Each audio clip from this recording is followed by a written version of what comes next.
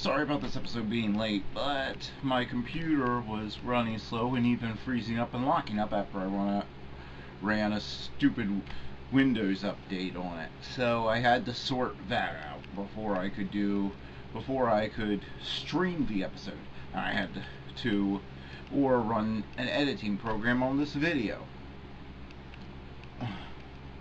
Why did I have to stream the episode? Because the weather got bad and I didn't see all of the episode over the air. Don't you just love the digital age where if there's any disruption in the signal strength to your TV, you don't just get a fuzzy picture like in the past. Oh no. They have to, you just lose all picture and sound. That is such an improvement over what we had before, where you could still kind of see something and you could hear all the dialogue. So, progress.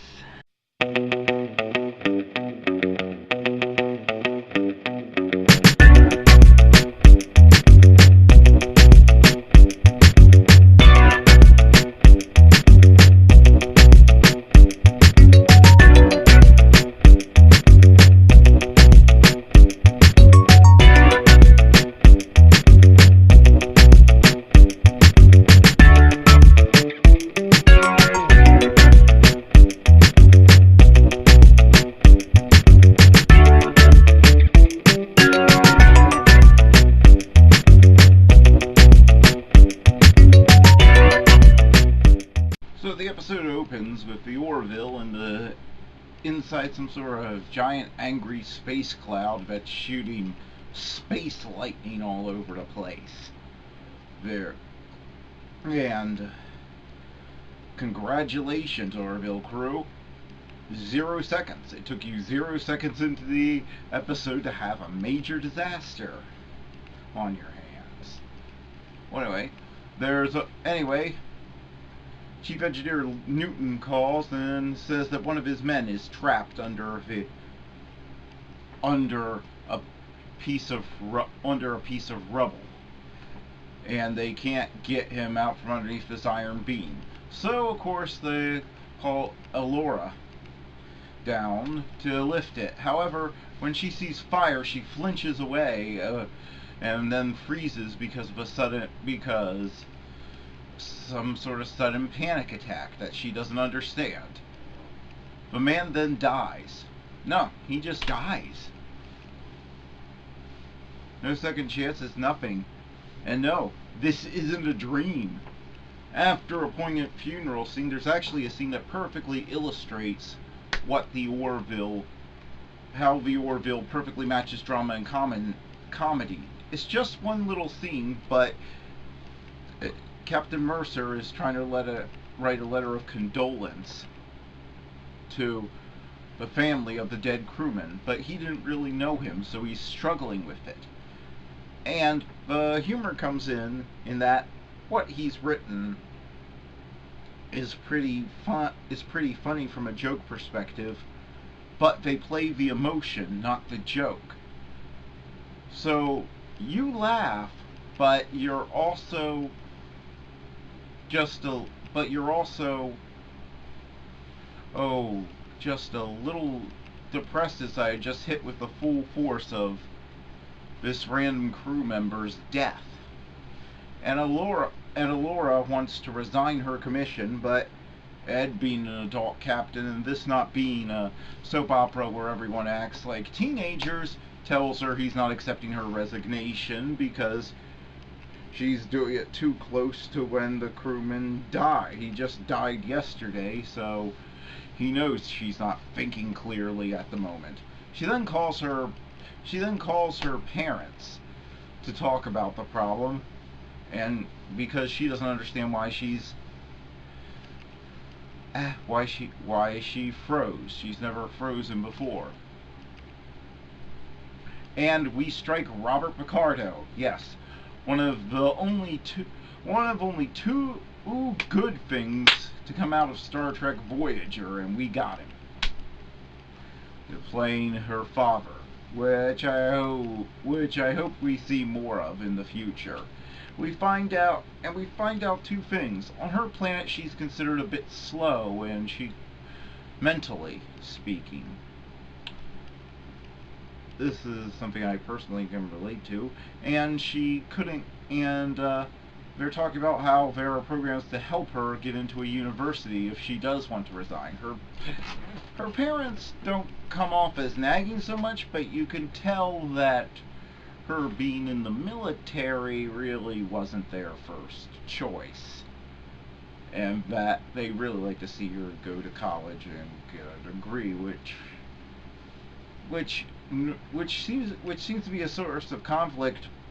But again, the Orville showing just how well it is written and balanced out. You can see both sides. At this point, she doesn't appreciate them getting away with her career, but on the other hand, she was just about to resign her commission a few minutes ago, so you can see why they'd be telling her that there are ways for her to get into whatever her planet's equivalent of college is. She then says she doesn't understand why she was so afraid of the fire, and this advances and her mother tells her that there was a time when she was less than a year old where she and her got trapped in their house while her father was away, and they nearly burned while there was fire, and they nearly burned to death, but they got out in the end. She figures this left a trauma on her. Now, I've done some research, and I can't find anything that reputable that says that there are any studies that this is one of those things a lot of people claim happens, but I can't find anything reputable confirming that anyone in modern psychology or psychiatry actually believes that something that you can't remember just stays down. So from when you were a baby can just stay down there and mess you up. Maybe it's a little iffy, but then again, she's an alien, so I'll give him a pass on that one. But anyway, she after a scene where she's in the holodeck, punching out a bunch of punching bags, and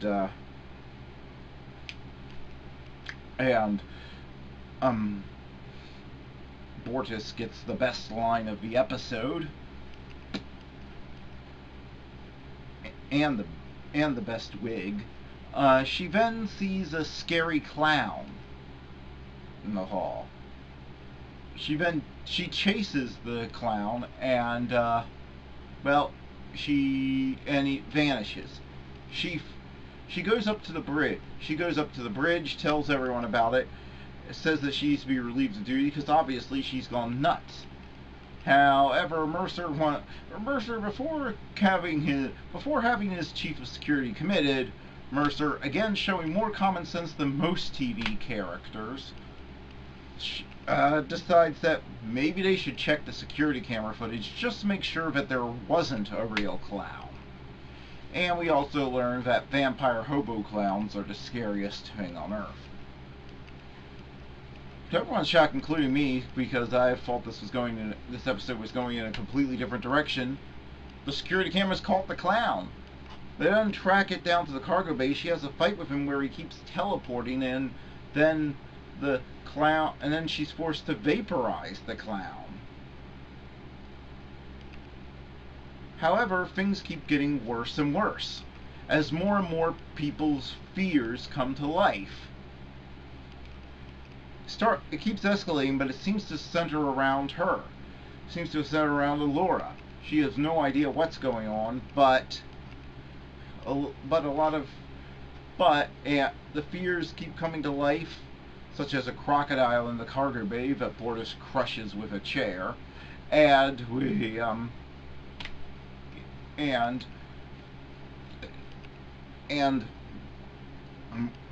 several more crew members die. And people just start disappearing, and yet they can't seem to track them on any of these life forms on their scanners, and then after guests, they then figure out that if something's going on, it's probably has to do with that red cloud they pass through. So, because it's a TV show and not real life, they figure if a red cloud did it, then flying through the red cloud once did it to them, then flying through the red cloud twice won't make it worse. It will undo it because, again, TV show, not real life. So they're on their way to do that when they lose contact with most of the crew members. Alora, and after a guest appearance by Shelob, who it's nice to see her getting work again. Alora then goes to the bridge and can't find anybody on the ship, and the ship is in the middle of the cloud and they need to raise the deflectors, but she can't do it from where she is. She then goes down to the engine room to find that they have lost power, and only Isaac is left there. She then finds that Isaac then gives himself away, and she figures Isaac, or something possessing him, has been causing all this trouble and caused the crew to disappear. However, it's past the point where, and then we get some security chief on Android action. Only it's not the same type of action we got last time we saw Tasha Yar with Data. And there's a huge fight, and the ship goes past the point where it can be saved. She then exits and she then has to fly a shuttle through a ring of fire in order to escape just as the ship explodes. We then find out that this was all a simulation on the holodeck, and she couldn't be pulled out. Mercer is actually really mad at her because it turns out she invoked code 38, and Mercer first mistakes what the code is with Isaac. Mercer first makes a mistake about what the code is, and beat for beat they take a joke from Red Dwarf. But it can't be a coincidence. The beats on this joke are exactly what they used to do on Red Dwarf. It's exactly what they used to do. And anyway, Code 38 is an override in case the captain is too drunk to be in command of the ship, for the security chief to override him. It seems after her call with her parents, she invoked it because she wanted to know what other fears she might have suppressed. So she had Isaac create a holodeck program that would expose her to as many fears as possible. And we get some nice character insights as we find out Isaac's only way to create the program was to poll the various crew members and find out what their worst fears are and recreate those on the holodeck. She then used Code 38 to order Dr. Finn to erase her memory of giving this. Does this mean that she's going to start sending herself Happy Mother's Day cards? And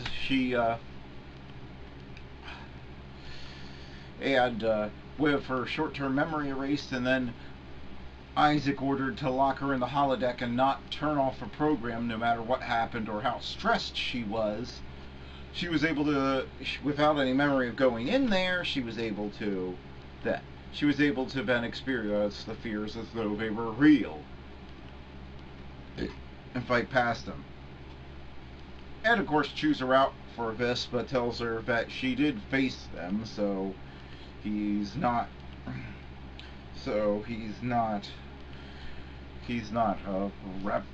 putting a formal reprimand on her, but not to do something like this again. And so she's faced her fears. Alright, this is our second Allura episode, and it does a lot to explain why she lacked confidence in back in episode 2, Command Performance. If she's considered slow on her planet, and she was and she first joined to get away, and she has these suppressed fears, that explains a lot of why she had such a panic attack about being left in charge. Something that I didn't quite understand in that episode, because I figured she must have been trained for this, so why the panicking? But this does a lot to help explain that. It's another really good episode from the Orville. It's a good character piece that perfectly blends comedy and character-driven drama, and brings home the risks of the space exploration they are doing in a very real way. And it shows that one little mistake can cost someone their life, and it doesn't downplay that at all. I thought at the end of the episode, I guess years of watching Voyager and Enterprise trained me for this, but I was sure at the end of the episode everything was going to be a fantasy, including the death of the crewman. But no, that's very much real, and it's not going away. So that can inform her character going forward. So no reset button getting hit. Good for them.